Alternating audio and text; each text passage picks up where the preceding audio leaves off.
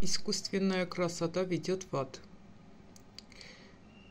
Красота святость. Ուրեմն արհեստական գեղեցկությունը տանում է դժոխք ու նաև ինչքան կարևոր է սրբության գեղեցկությունը։ Այս մասին ես պարդադիր հայերեն կթարգմանեմ, կտեղադրեմ, ովքեր որ կցանկանան, որպեսզի դիտեն այս տեսանյութը ամբողջությամբ, պարզապես սիրկան կտեղադրեմ այս տեսանյութի տակ ռուսերեն տարբերակով կարող եք դիտեք։ Այստեղ Հիսուսը, երբ որ քրոջը տարել է 24 տարեկան քրոջը, ես մասնագի կթարգմանեմ, բայց հետո պարդադիր մանրամասն կթարգմանեմ, տարել է ցույց է տվել դժոխքը, թե ինչ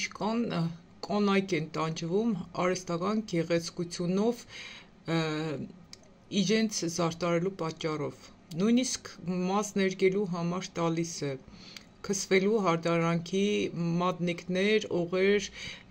ցեպեչկեք անցկացնելու հետ կապված եւ Աստված ինչ է ասում, որ ինքը ուզում է իր երեխաների մենակ մաքրությունը ու սրբությունը տեսնի, որ իրեն համար կարևորը ներքին զարդարանքն է եւ մենք Աստծուն պաշտենք հոգով ու ճշմարտությունով։ Այս տեսանյութը տեղադրված է Գոլստրաժա ալիքում, որտեղ կան շատ վկայություններ, սիրելիներ, ինքս այնքան բաներից անտեղյակ եմ, այնքան բաներ ես ինքս եմ սովորում, այնքան բաների հետ կապված աղոթում հաստատություն եմ առնում ու ասեմ ես հիմնականում աշխատում եմ, որպեսզի սրբվեմ, մաքրվեմ, ինձ Աստված ցույց է տալիս։ Սա շատ շատերին դուր չի գա այս տեսանյութը, շատ շատերը կարող են հակառակվեն, բայց ես այս տեսանյութը տեղադրում եմ այն մարդկանց համար, ովքեր ուզում են սրբությամբ ապրել, որոնք կաղոթեն Տիրոջից հաստատություն կստանան, որոնք պատրաստ են ամեն ինչ թողնել Աստծու հետևից գնալու համար։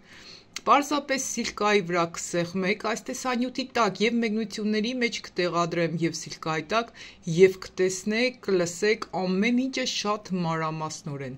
Այս կանը ինչ կցանկանայի արհեստական գեղեցկության հետ կապված ներկայացնել, իսկ վաղը երևի առաջ Աստծուց առաջ չգնենք, ես կտեղադրեմ, եթե Տերս առաջնորդեց հայերեն տարբերակով եւս, ոչ ամբողջությամբ, այլ գլխավոր մտքերը